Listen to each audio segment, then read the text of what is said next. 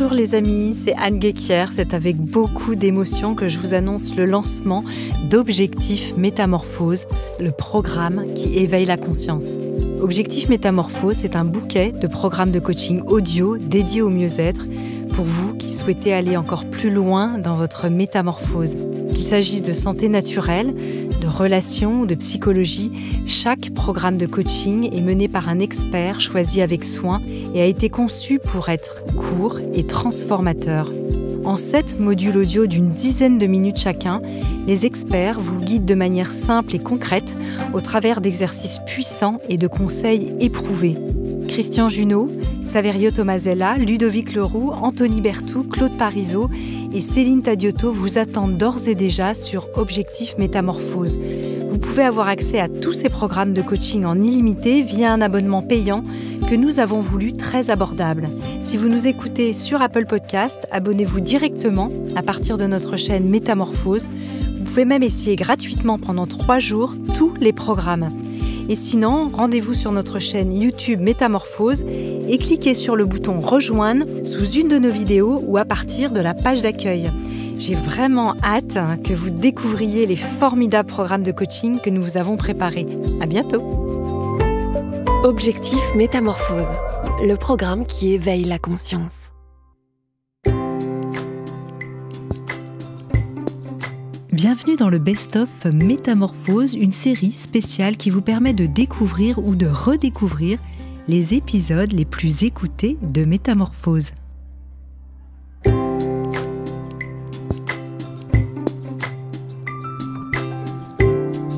Bonjour et bienvenue dans Graines de Métamorphose, le podcast à destination de la nouvelle génération pour faire germer les consciences. Je suis Alexandre Dana et chaque semaine, j'accueille à mon micro une personnalité de moins de 35 ans afin de discuter de sujets positifs et inspirants qui vous encouragent à grandir en bienveillance et en conscience. Graines de Métamorphose, le podcast qui fait germer la conscience. Il est parfois difficile en fin d'année de ne pas être essoufflé, de ressentir cette désagréable impression que janvier c'était hier, que l'année est passée très vite, beaucoup trop vite. Pour retrouver notre souffle, je vous propose aujourd'hui un exercice un peu particulier, ça s'appelle « Faire le bilan de son année ». Prenez de quoi noter, un carnet, quelques feuilles de papier, un stylo, installez-vous confortablement. Pour celles et ceux qui ne me connaissent pas, je m'appelle donc Alexandre Dana, je suis un petit lutin dans l'équipe Métamorphose, et à côté, je suis le cofondateur d'une entreprise qui s'appelle Live Mentor, un organisme de formation qui accompagne des milliers d'entrepreneurs dans la création et le développement d'une entreprise à taille humaine. Je suis aussi l'auteur de 2 livres, La méthode Live Mentor, ainsi qu'Entreprendre et surtout être heureux, un 2e livre qui traite du sujet du burn-out, publié aux éditions Erol. Et c'est dans le cadre de ces formations et de ces livres que je me suis pris de passion pour le sujet du bilan. Quand j'accompagne des entrepreneurs, quand j'accompagne des personnes dans leur développement, j'essaye toujours de les aider à prendre du recul, à sortir la tête du guidon. Alors, il existe plein de façons de réaliser un bilan de fin d'année.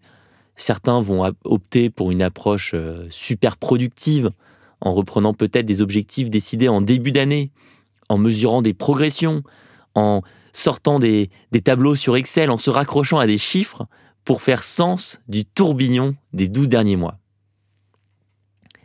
Aujourd'hui, je vous propose une approche qui est très différente, qui est inspiré par un monsieur qui s'appelle Kevin Kelly et qui a aujourd'hui 70 ans. Alors Kevin Kelly, il a connu plusieurs vies, il a été rédacteur en chef d'un magazine qu'il avait fondé, il a aussi été écrivain, photographe, écologiste, c'est un étudiant de la culture asiatique et numérique. Il a aussi fait campagne pour réaliser un inventaire complet de toutes les espèces vivantes sur Terre. Et enfin, c'était le conseiller futuriste du réalisateur Steven Spielberg sur un film que vous avez peut-être vu qui s'appelle Minority Report. Alors c'est conseiller futuriste, ça veut dire que Steven Spielberg l'appelait pour avoir son ressenti, ses avis sur à quoi le futur allait ressembler. Donc c'est quelqu'un d'assez sage, Kevin Kelly, et lors de son 68e anniversaire, il a partagé à ses lecteurs un article de blog qui m'a fait beaucoup rire. Ça s'appelle « 68 conseils inattendus et non sollicités », fruit de son vécu et de ses réflexions. Le partage de cet article de blog a connu un énorme succès, si bien que 2 ans plus tard, à l'occasion de son 70e anniversaire, Kevin Kelly a partagé une nouvelle édition avec cette fois 103 conseils, toujours concis et toujours non sollicités, 103 morceaux de sagesse. J'en ai sélectionné 10. Et ce que je vous propose, sur le temps de ce podcast, c'est qu'on réalise ensemble notre bilan de fin d'année autour de ces 10 conseils. Encore une fois, prenez un carnet, prenez un stylo, prenez des feuilles de papier, mettez-vous dans un endroit calme, allongez-vous sur un canapé si vous avez envie, installez-vous confortablement sur un fauteuil, faites-vous un thé, un café, prenez des chocolats, c'est Noël, et on va commencer dans un instant. On va prendre les 10 conseils de Kevin Kelly que j'ai traduits en français, et puis on va essayer d'y répondre. Le premier s'intitule « Les personnes qui nous aiment ». Kevin Kelly nous dit « Entourez-vous de 12 personnes qui vous aiment, elles valent bien plus que 12 millions qui vous apprécient. » Entourez-vous de 12 personnes qui vous aiment, elles valent bien plus que 12 millions qui vous apprécient. Alors la première fois que j'ai lu ce conseil, ça m'a rappelé ces articles sur la difficulté de se faire des amis après 30 ans. Est-ce que vous avez parfois eu cette impression que c'est difficile de rentrer en amour avec quelqu'un passé 30 ans, que les plus belles rencontres, on les fait peut-être au collège, au lycée, durant nos études. Et puis après, c'est difficile, on a créé un foyer, on a créé une famille, et puis peut-être on a perdu de vue des personnes qui étaient très proches, qui étaient des amis. Et on se sent un peu seul. Cette phrase de Kevin Kelly, elle me rappelle à quel point ça fait du bien d'avoir des personnes qui nous aiment, qui nous témoignent de l'amour. Et donc ce que je vous propose, c'est de répondre à la question suivante. Quelles sont les 12 personnes qui vous ont témoigné le plus d'amour en 2022 ?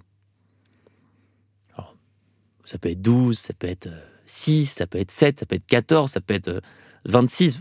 Vous choisissez le nombre qui vous parle, le nombre qui vient sur le moment. Quelles sont les personnes qui nous ont témoigné le plus d'amour en 2022 ?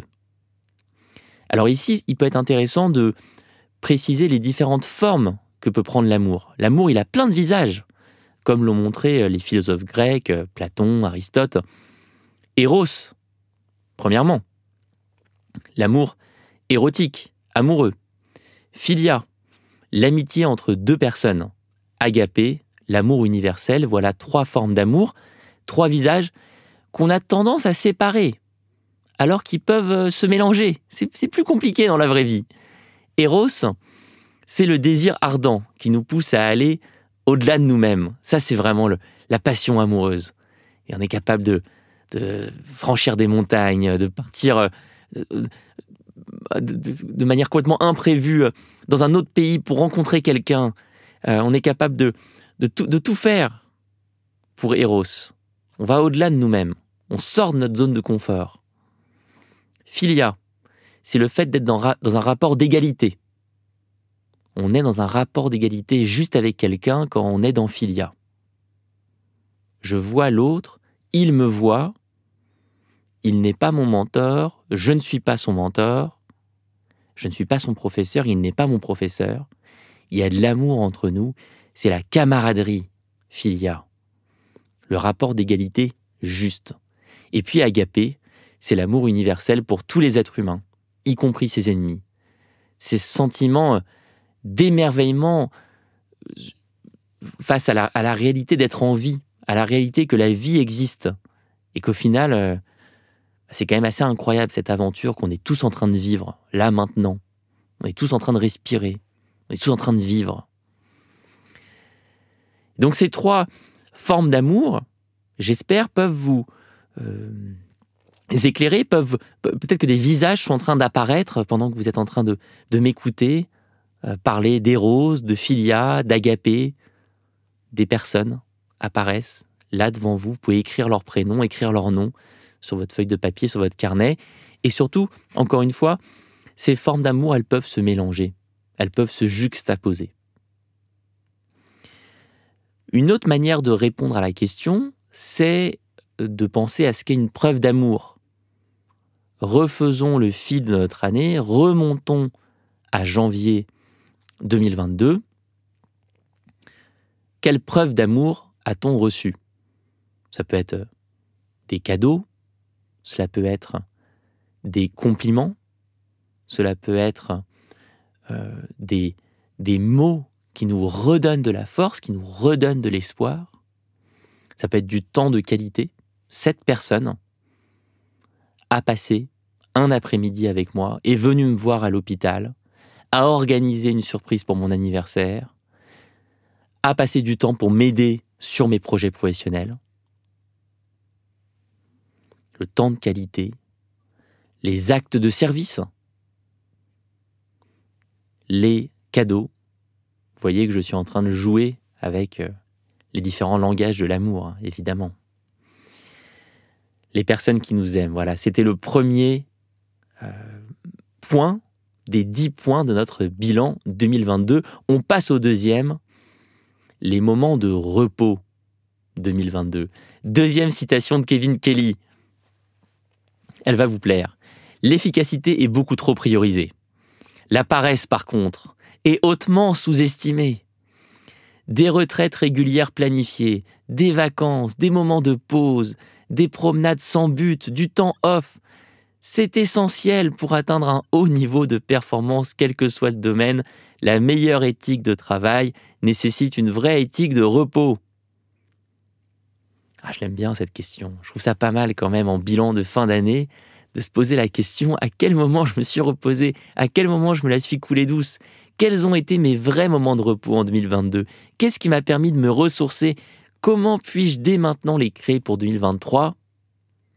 Je vous invite à noter ces questions, à y répondre pour la deuxième partie de ce bilan annuel.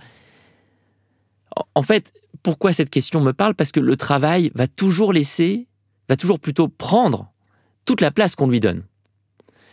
Surtout si vous êtes passionné par votre activité, que vous soyez à votre compte ou pas. Et le travail, il y en a toujours. C'est très rare d'ouvrir sa boîte mail et qu'il n'y ait rien à traiter. On peut toujours trouver quelque chose à faire. Tout le temps. On peut toujours se lancer dans un nouveau projet, reprendre un projet existant, répondre à une sollicitation, aller contacter quelqu'un. Et ça peut donner des années qui sont très très riches en travail. Et entendons-nous bien, moi j'aime le travail. J'adore ça, j'ai la chance de faire un métier qui me plaît et d'avoir, sur les 10 dernières années, découvert des choses sur moi-même grâce à mon travail. Mais j'ai aussi connu des moments, des périodes très difficiles où le travail avait pris toute la place dans mon calendrier. Je travaillais du lundi au dimanche, du matin au soir. Avec cette question, les moments de repos 2022, ce que je vous invite à faire, c'est construire votre écosystème personnel de bien-être. À simplement définir, moi, les moments qui me font du bien, c'est ça. C'est ces vacances avec ces amis-là, c'est ces activités sportives-ci, c'est des randonnées à tel et tel endroit. Et à planifier dès maintenant pour 2023 les moments où vous allez vous reposer. Au lieu de commencer par l'approche classique, c'est quoi mes projets, qu'est-ce que je veux réussir, qu'est-ce que je veux atteindre, qui est-ce que je veux rencontrer ? Eh bien non, on commence d'abord par faire la liste des personnes qui nous aiment, puis par lister les moments de repos qu'on a eus durant l'année écoulée et ceux qu'on va se permettre d'avoir en 2023. Troisième partie de notre bilan, troisième citation de Kevin Kelly, le temps long et les effets composés. Nous avons tendance à surestimer ce que nous pouvons faire en une journée et à sous-estimer ce que nous pouvons réaliser en une décennie. Des miracles peuvent apparaître si on se laisse 10 ans devant nous. Jouer le temps long amènera des effets composés qui permettront de surmonter des erreurs encore plus grandes. Voilà la citation de Kevin Kelly. J'adore. J'adore parce que je suis conscient des biais de l'exercice du bilan. Le biais de l'exercice du bilan, c'est toujours de s'enfermer dans un certain horizon temporel. Et là, le bilan annuel, logiquement, peut nous enfermer dans l'horizon de l'année. Mais ici, avec cette phrase de Kevin Kelly, on va se poser la question des années au pluriel écoulées, de la décennie écoulée. Quel miracle ai-je réussi à accomplir? Sur le temps long, qu'est-ce qui a fonctionné pour moi? Et quelle intention je peux en déduire pour 2023? Voilà les quelques questions qui peuvent vous permettre de jouer avec cette phrase de Kevin Kelly et de répondre à la troisième partie du bilan. Notons bien la puissance d'un terme dans cette citation, le terme effet composé. Kevin Kelly nous dit « jouer le temps long amènera des effets composés ». Oui, mais c'est quoi les effets composés? En fait, les effets composés, c'est l'idée que la répétition et le fait de s'améliorer régulièrement, même de 1%, amène des résultats significatifs sur le long terme. Si je fais un peu de sport tous les jours pendant 1 an, pendant 2 ans, je suis en meilleure santé. J'ai des effets composés. Par contre, si je fume des cigarettes un petit peu pendant 40 ans, je cours un certain risque. Donc les effets composés, les habitudes saines sur le temps long, c'est quelque chose d'incroyable. Il y a un exemple fameux, c'est le cyclisme britannique. Il y a une dizaine d'années, les athlètes britanniques étaient plutôt médiocres. Et il y a un entraîneur qui est arrivé à la tête de l'équipe, Dave Brailsford, qui a instauré une nouvelle philosophie, améliorer tous les jours une petite chose. Il était obsessionnel de ça. Donc les cyclistes ont commencé à procéder à des changements au début microscopiques, optimiser la position sur le vélo, acquérir du matériel de plus haute gamme, optimiser la durée des entraînements. Pas de changements radicaux, mais tous les jours, des petites améliorations. Et aujourd'hui, les Britanniques font partie des meilleurs cyclistes du monde. Je vous invite à vous poser cette question du temps long. Si je regarde ce qui s'est passé pour moi depuis quelques années, où est-ce que des miracles sont apparus? Quelles sont les petites habitudes qui ont amené des effets composés? Ça peut être, je me suis entraîné sur un sujet, j'ai pratiqué une compétence un petit peu chaque jour pendant très longtemps et ça donne un miracle. Et ça peut être, j'ai soigné certaines relations par exemple. J'ai chaque jour, chaque semaine, très régulièrement, donné des nouvelles à quelqu'un, apporter mon aide à une autre personne, essayer d'être disponible. Et sur plusieurs années, ça donne une relation fantastique.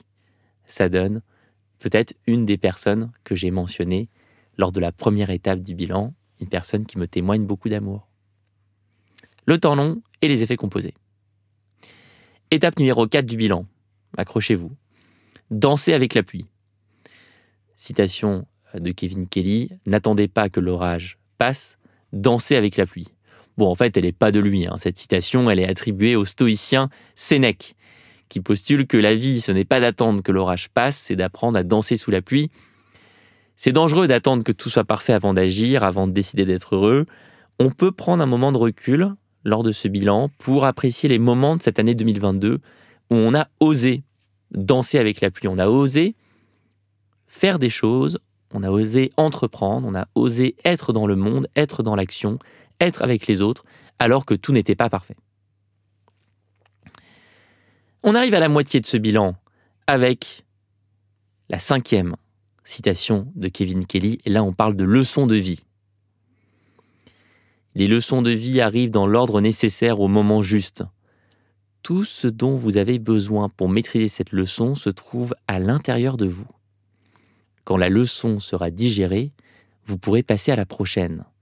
Si vous êtes encore en vie, c'est qu'il vous reste des leçons à apprendre. Quelle est ma dernière leçon de vie? Un enseignement qui va rester en moi longtemps. Quelque chose dont j'ai vraiment pris conscience durant cette année 2022.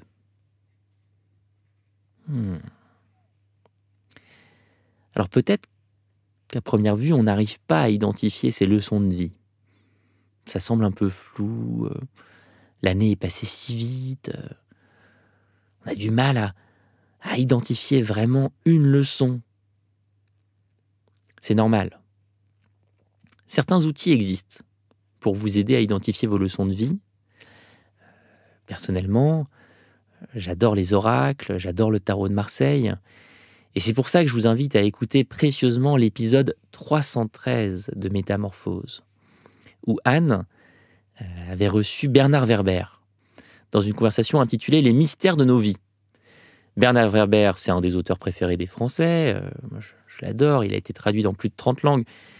Et il a publié très récemment un ouvrage intitulé « Mémoire d'une fourmi » qui est fantastique aux éditions Albin Michel. C'est quoi cet ouvrage? C'est une sorte d'autobiographie. C'est une autobiographie de Bernard Werber, mais à la lecture des cartes de tarot de Marseille. C'est le point de départ de Bernard Werber. Est-ce que sa vie, est-ce qu'une vie peut ressembler à un enchaînement de cartes de tarot? Et Werber prouve que oui. Oui, effectivement. Il raconte ses souvenirs, ses inspirations au filtre des 22 arcanes du tarot de Marseille. Un outil que j'adore. Moi, je l'utilise quasiment quotidiennement. Alors, vous allez voir dans cette conversation entre Anne et Bernard Werber que l'écrivain a compris ses leçons de vie grâce aux cartes du tarot de Marseille. Et donc, je vous invite à peut-être faire la même chose, si les leçons de vie 2022 n'apparaissent pas, à piocher quelques cartes d'un oracle, d'un tarot de Marseille, et à voir ce que ça fait émerger. 6e étape de notre bilan annuel 2022, ce que l'on fait ou qui l'on devient. Kevin Kelly nous dit « La seule façon efficace de répondre à la question « Que dois-je faire maintenant ?» est de d'abord répondre à la question « Qui suis-je en train de devenir ?» Alors vous devez sentir maintenant à ce stade du podcast que je vous propose une approche assez différente de la classique to-do list. Je vous propose une approche où on ne va pas se mettre de projet en 2023. On ne va pas s'infliger des choses à faire. On va les faire, on va être dans l'action, mais d'abord on prend un petit temps de recul avant de se demander qu'est-ce que je dois faire maintenant? Qu'est-ce que je dois faire l'an prochain? On se pose la question, qui suis-je en train de devenir? On va creuser à l'intérieur de soi. On va simplement regarder, écouter et se dire, tiens, j'ai l'impression que je suis devenu plutôt comme ci, plutôt comme ça. J'ai l'impression que le moi de cette fin 2022, il est plus intéressé par les mêmes choses qu'avant. Il est un peu différent, il a appris des choses, il a intégré certaines leçons de vie. Il est en train de devenir une autre chose, un autre humain. Aller creuser à l'intérieur de soi, c'est la question numéro 6 de ce bilan. Question numéro 7. Étape numéro 7 plutôt, la puissance de la communication. La puissance de la communication, Kevin Kelly, au micro, il est possible qu'une personne pas très intelligente, mais qui communique bien, puisse réaliser bien plus de choses qu'une personne intelligente qui communique très mal. La bonne nouvelle, c'est qu'il est bien plus facile d'améliorer ses compétences en communication que son intelligence. Où est-ce que je communique très bien aujourd'hui? À quel moment ma communication a-t-elle été une force en 2022? Comment puis-je encore mieux communiquer? Comment progresser? Je l'aime beaucoup, beaucoup cette phrase de Kevin Kelly. J'aime beaucoup ces questions complémentaires. Et je vous propose d'y répondre maintenant sur votre carnet. Pour comprendre en fait la phrase de Kevin Kelly, il y a un autre podcast Métamorphose qui peut ici être utile, celui entre Anne Guéquière et Colette Portelance. C'est un podcast qui traitait des différentes formes d'intelligence. Et Colette, qui est thérapeute pédagogue, docteur en sciences de l'éducation, conférencière, explique très bien les différentes formes d'intelligence en citant dans l'épisode Albert Einstein. Vous connaissez, je pense, tous et toutes cette citation. Tout le monde est un génie, mais si vous jugez un poisson à sa capacité de grimper à un arbre, il vivra toute sa vie en croyant qu'il est stupide. Donc on peut développer son intelligence en comprenant et en respectant notre type d'intelligence à nous. Et, comme le dit Colette, quand on entre en contact avec un être humain, il faut rentrer par sa porte à lui. Il faut réussir à communiquer de sorte à connecter avec son type d'intelligence. Et c'est ça, la magie de la communication pour moi. C'est là où on comprend la puissance de ce qu'exprime Kevin Kelly.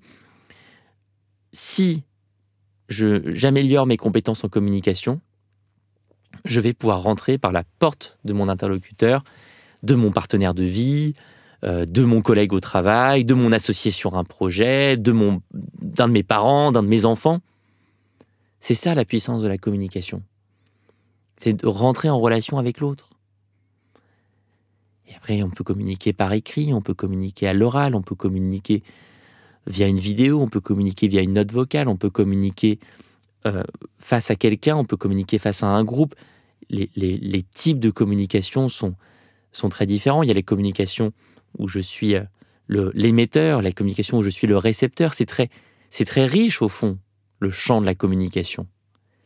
Mais ce que je voulais vous partager ici, c'est vraiment cette idée que la communication est puissante parce qu'elle permet de rentrer en relation avec l'autre, elle permet de rentrer en relation avec son type d'intelligence à lui ou à elle.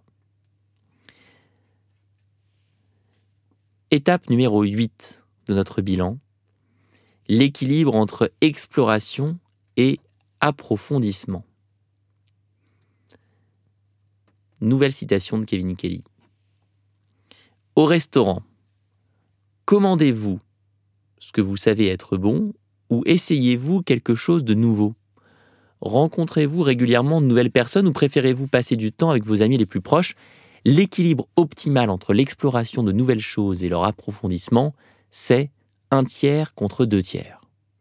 Passez 1/3 de votre temps à explorer et 2/3 à approfondir. Il est plus difficile de consacrer du temps à l'exploration en vieillissant, car cela semble improductif, mais visez 1/3 d'exploration. Voilà la citation de Kevin Kelly, et on peut se poser les questions suivantes. En 2022, qu'est-ce que j'ai exploré au fond cette année? Dans ma vie, dans mon couple, dans ma famille, dans mon métier, dans mes passions, qu'est-ce que j'ai exploré? Combien de temps j'ai passé à approfondir l'existant? Et l'an prochain, c'est quoi le bon équilibre pour moi entre exploration et approfondissement? Je vous redis les questions. Qu'est-ce que j'ai exploré cette année dans ma vie, mon couple, ma famille, mon métier, mes passions? Combien de temps ai-je passé à approfondir l'existant? L'an prochain, c'est quoi le bon équilibre pour moi?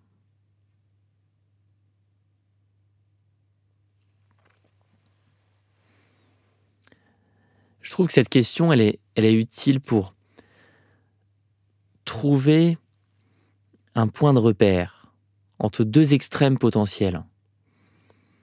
Un extrême possible en fin d'année qui est la lassitude, la monotonie, le sentiment qu'au fond, cette année, ça a été un peu toujours la même chose. On a répété des schémas qu'on connaît. On s'est peut-être enfermé dans certaines relations, dans un métier. On a l'impression que le quotidien a souvent été le même. Puis un autre extrême. L'année est passée, mais si vite. Tout a été nouveau, j'ai été chamboulé, renversé. Tout a été modifié. Je repense en vous parlant à cet ami à moi qui s'était réveillé un matin à 6h et s'était rendu compte que la personne à côté de lui ne pouvait plus rester sa partenaire de vie. Donc ils se sont séparés ce matin-là. Mais ce matin-là, c'était aussi le matin où il devait signer un appartement. En fait, c'était le dernier jour de la période de rétractation pour l'achat d'un appartement. Et donc, ils se sont rétractés. Donc, ce jour-là, il a aussi décidé de ne pas prendre l'endroit dans lequel il pensait vivre, sur lequel il s'était projeté sur plusieurs mois. Ce jour-là, il a aussi envoyé sa lettre de démission à son boulot. Ce jour-là, il a aussi pris un billet de train pour partir à l'autre bout du continent européen et y passer 3 mois.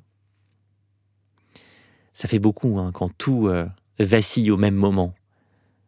On a peut-être tous connu, je crois, des périodes comme ça, des moments où il y a tout qui est bouleversé, il y a tout qui change, il y a tout... En une semaine, en quelques jours, hop, il y a tout qui change.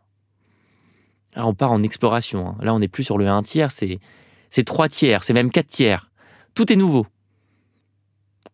Voilà, 2 extrêmes. 2 extrêmes, 2 manières d'avancer dans nos chemins de vie respectifs. Et cette question de Kevin Kelly nous propose de faire un petit bilan, voilà, de faire les comptes, de faire les statistiques. Quel est le bon équilibre optimal entre exploration de nouvelles choses, de nouvelles relations, de nouveaux domaines de vie et approfondissement. Question numéro 9, il nous reste 2 questions dans ce bilan annuel 2022. La magie du pardon, c'est le titre de cette étape numéro 9. Kevin Kelly nous écrit « Quand vous pardonnez aux autres, ils ne le remarquent peut-être pas, mais vous allez guérir. Pardonner n'est pas un don aux autres, c'est d'abord un cadeau à nous-mêmes. » Comment cette phrase résonne avec votre année 2022 ? Qu'est-ce qu'elle vous inspire, cette phrase ? Est-ce qu'en 2022, on a réussi à pardonner à certaines personnes ? Des personnes avec qui on était peut-être fâchés, il y a eu une dispute il y a quelques mois, il y a quelques années. Peut-être des personnes à qui, simplement, on en voulait et on n'a pas exprimé cette colère, on n'a pas exprimé ce ressenti. Et ça fait plusieurs années qu'on le ressasse parfois, qu'on y pense, que ça nous dérange un petit peu, ou beaucoup. Et là, en 2022, on a réussi à pardonner. Enfin, on a fait la paix avec ça, ça y est, on est passé à autre chose.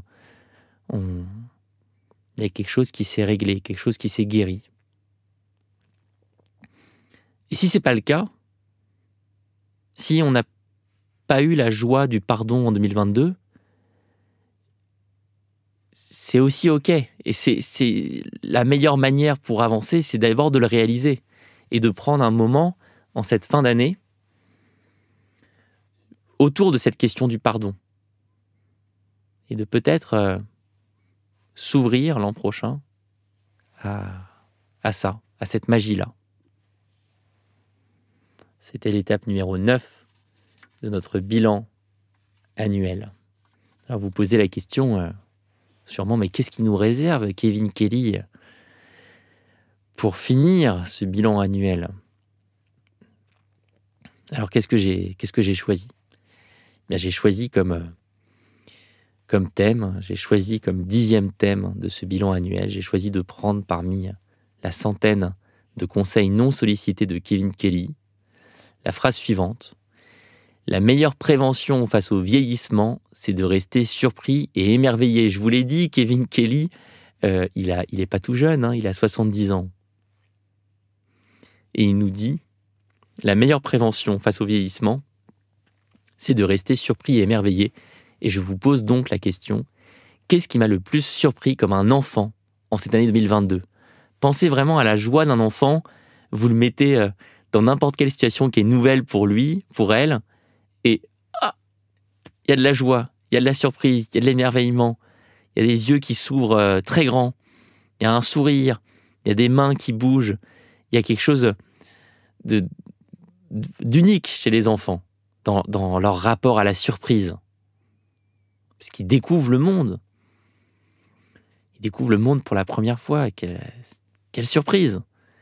Et nous, on a grandi, on est adulte, on a déjà vu, ou alors on a déjà entendu, ou alors on a déjà aperçu via les réseaux sociaux, via Internet. Et oui, on est aussi cette génération-là. On est une génération qui connaît Internet avec tous les avantages que cela a et tous les défis aussi que ça suscite. On est bombardé d'images, on est bombardé d'informations et peut-être que ça atténue un peu notre rapport à la surprise. Néanmoins, il n'a pas disparu, ce rapport à la surprise. On en a eu des surprises en 2022. Et donc, je vous pose la question, qu'est-ce qui vous a le plus surpris comme un enfant en cette année 2022 ? Et alors, je vais me permettre un partage très personnel pour conclure ce podcast, cet enregistrement. Moi, ce qui m'a le plus surpris comme un enfant en cette année 2022, c'est d'être là, au micro avec vous. C'est d'être un petit lutin dans l'équipe Graines de Métamorphose, dans l'équipe plus large de Métamorphose, l'équipe de Anne. Je connaissais le podcast depuis plusieurs années, et puis j'ai eu la chance de faire la rencontre d'Anne au début de l'année, enfin pas au début de l'année d'ailleurs, au milieu de l'année 2022, vers le mois de mai, juin, je crois. Puis on s'est vu une première fois à Paris, dans un cadre un peu classique, on a pris un café. Et puis on avait envie d'échanger sur plein de sujets. Et là, on se rend compte que nos calendriers sont complexes, sont compliqués, que l'année passe vite, que le temps manque. Et Anne me dit, mais Alexandre, écoute, moi je serai en vacances avec ma famille à Noirmoutier, avec aussi des membres de l'équipe Métamorphose. Si tu as envie de venir, tu peux passer. Et là, voilà, je dis oui. Ça me surprend moi-même. Et on se retrouve à la plage, parce qu'il faisait beau, donc pourquoi pas se baigner. Et là, je me retrouve dans l'eau à me dire, tiens, ça c'est quand même surprenant de commencer un projet professionnel avec quelqu'un qu'on ne connaissait pas il y a quelques semaines, avec des personnes qu'on ne connaissait pas, à être en train de se baigner en plein été. Voilà la surprise que je voulais vous partager. La surprise de parfois voir que de beaux projets peuvent naître dans des circonstances complètement incongrues. Je vous souhaite beaucoup de surprises pour l'année 2023, beaucoup de moments d'émerveillement. Et je vous invite donc à nous partager peut-être, si vous le souhaitez, sur les réseaux sociaux, vos bilans annuels. Alors peut-être pas les 10 parties, mais si vous avez envie de partager certains éléments en identifiant Graines de Métamorphose dans vos partages sur Instagram ou ailleurs, eh bien nous on sera ravis de vous lire, de lire ce que ça a inspiré chez vous, en vous, ces 10 conseils non sollicités de Kevin Kelly. Merci à toutes et à tous, et au nom de toute l'équipe Graines de Métamorphose et Métamorphose, on vous souhaite d'excellentes fêtes de fin d'année. Merci d'avoir écouté cet épisode. S'il vous a plu, n'hésitez pas à aller vous abonner directement au podcast sur votre plateforme d'écoute préférée. Il vous suffit de taper Graines de Métamorphose dans la barre de recherche pour le retrouver. Vous pouvez aussi nous suivre et découvrir les actualités du podcast sur notre Instagram, Graines de Métamorphose. On se retrouve la semaine prochaine, même jour, même heure. Et en attendant, c'est Anne et ses invités qui vont vous nourrir avec de nouveaux épisodes de Métamorphose, le podcast qui éveille la conscience. Graines de Métamorphose, le podcast qui fait germer la conscience.